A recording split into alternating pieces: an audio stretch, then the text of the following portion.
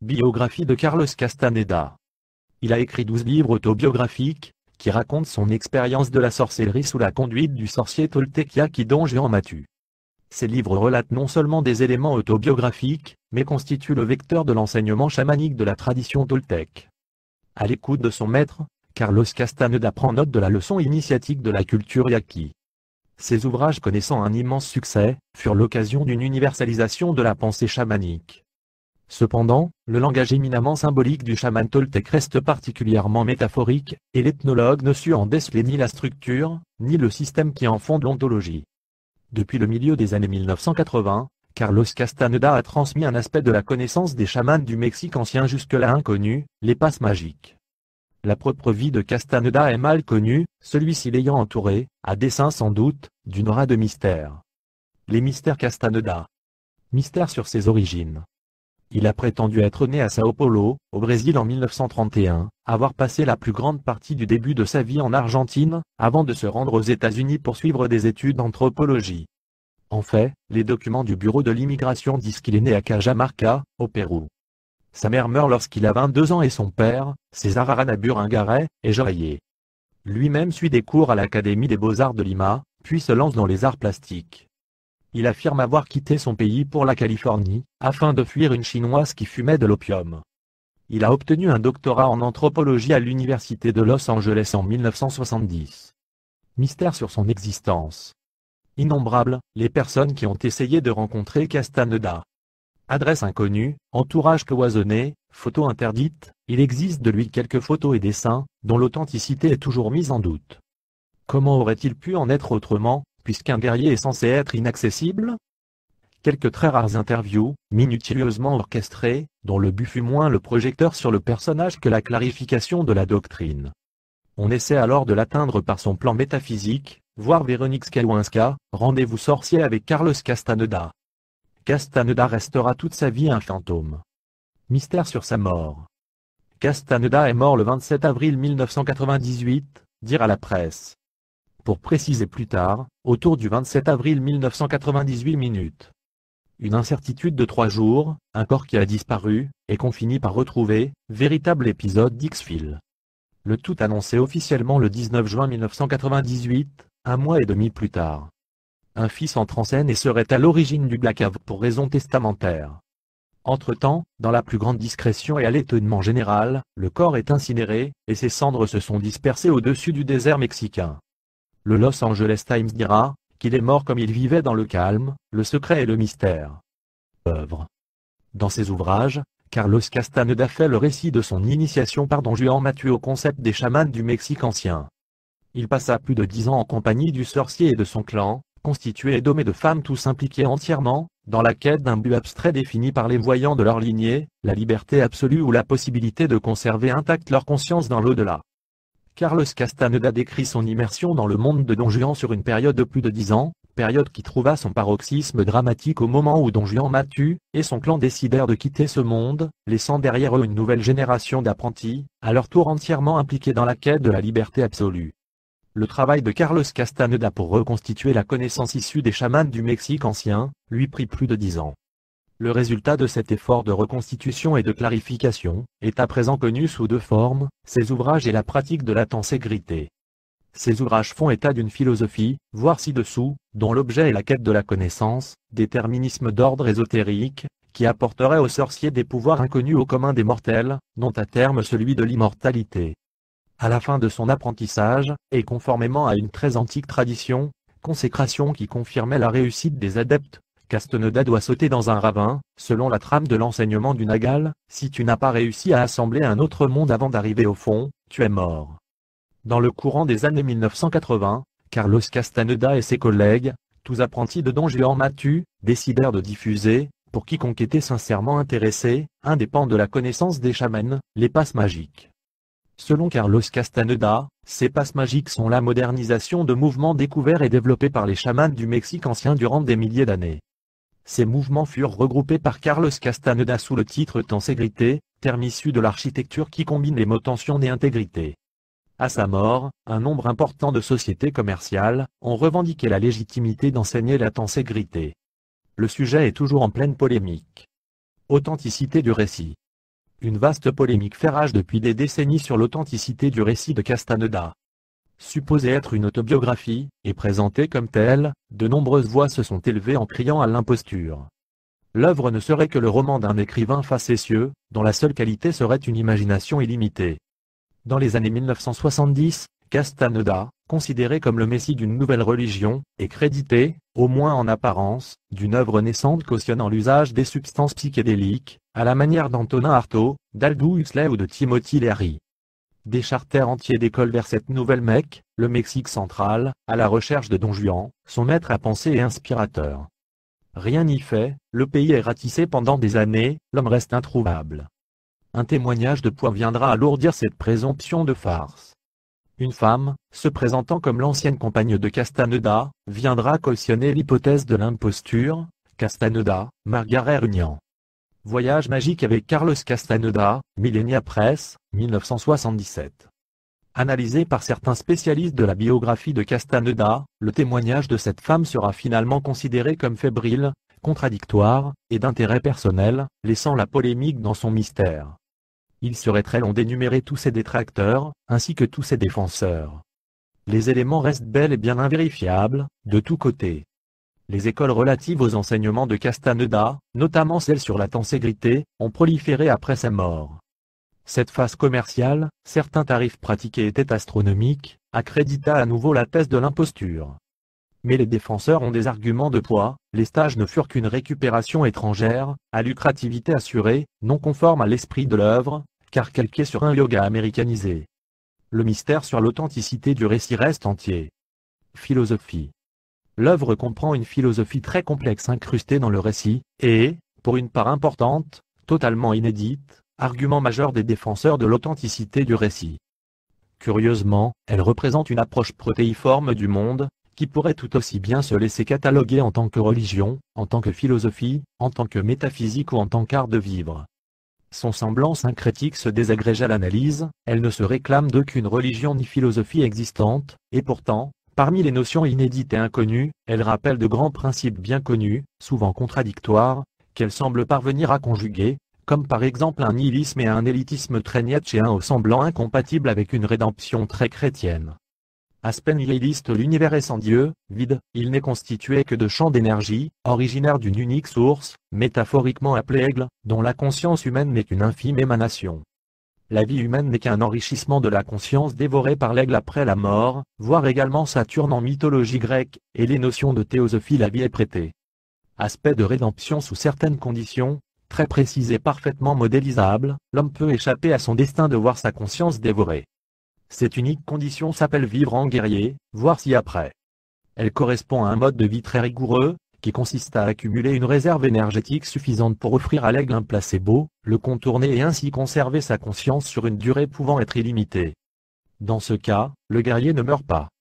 Aspect gnostique et d'élitisme, il existe un déterminisme supérieur, nommé connaissance, inaccessible au commun des mortels. Cette connaissance est cachée, ésotérisme. Un sorcier seul peut prétendre y accéder, mais il aura été, auparavant, prédestiné comme téléphone une conscience supérieure, appelée l'esprit, le désigne comme tel par un ou plusieurs présages.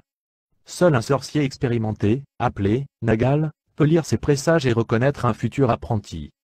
Aspect de charité et du désintéressement. Seul, un apprenti désigné par l'esprit, peut être formé à acquérir la connaissance.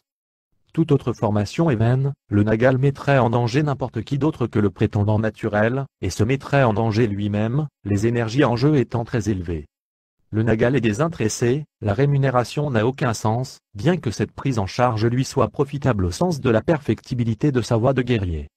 Néanmoins, et toujours paradoxalement, n'importe qui peut s'engager, seul, dans la voie de guerrier, s'il est conscient de l'inconfort extrême de cette voie.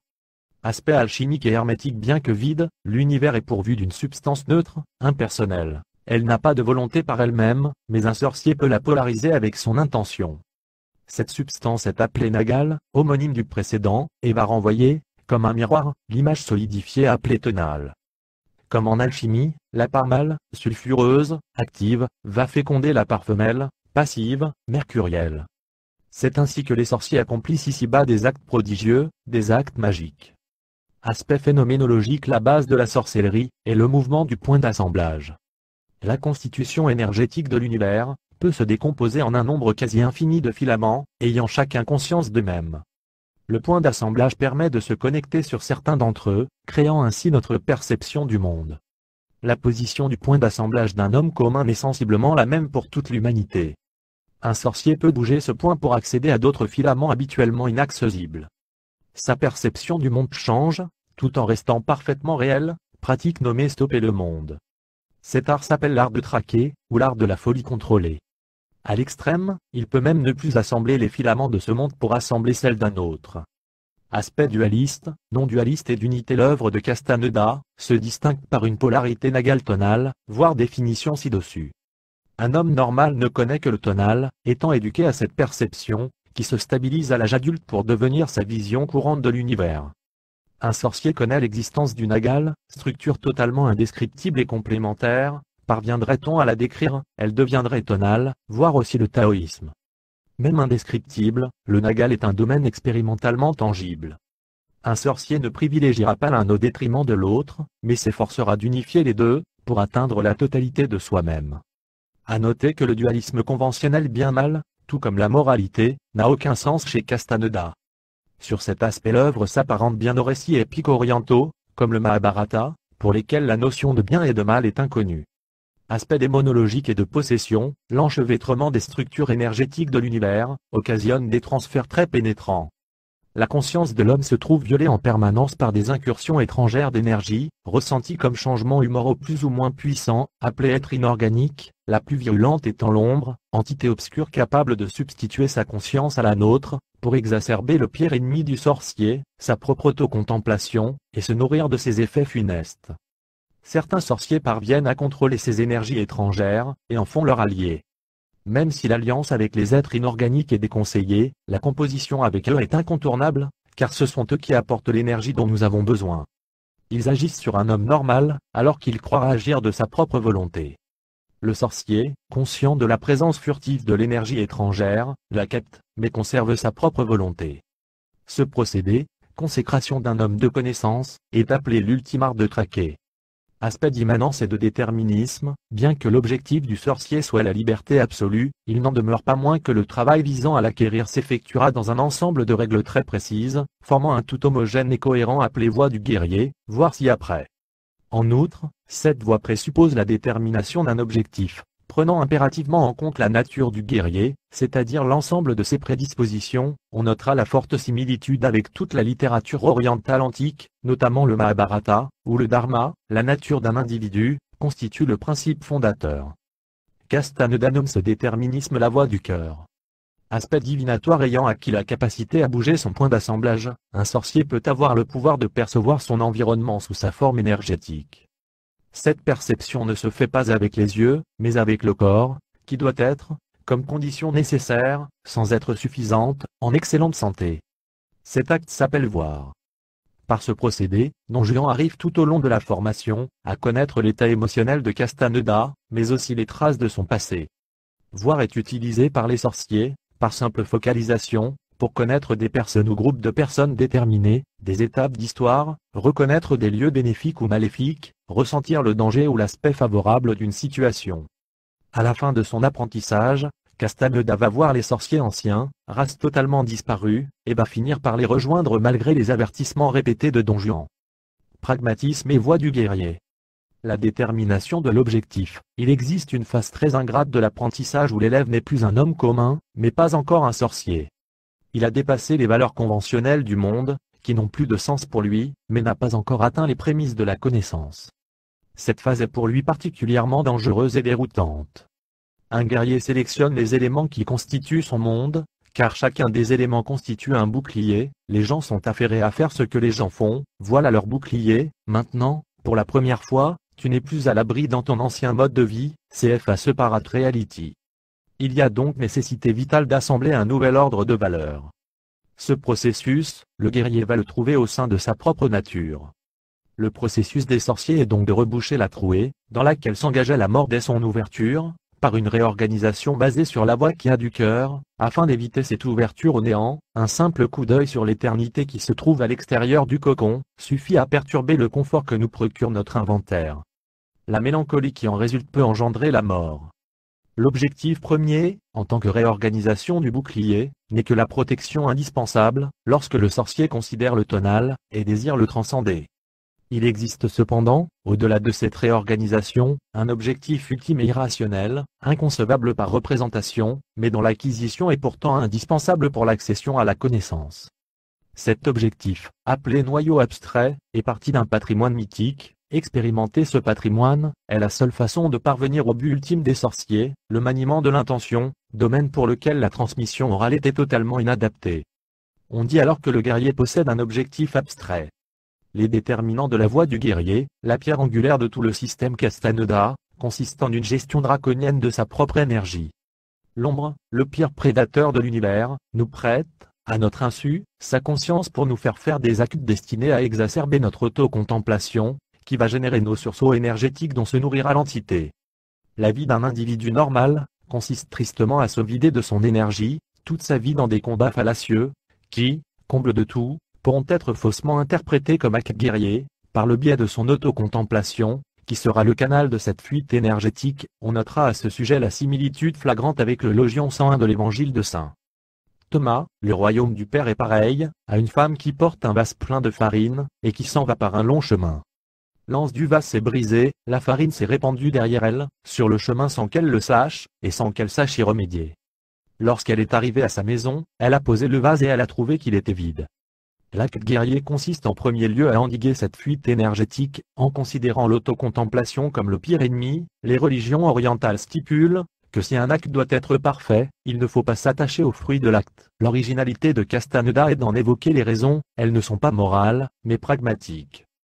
Castaneda raconte comment un adepte, même mourant quand son égal l'a découvert, ayant gaspillé à outrance toute son énergie dans une vie dissolue, a pu in extremis en sauver la part résiduelle.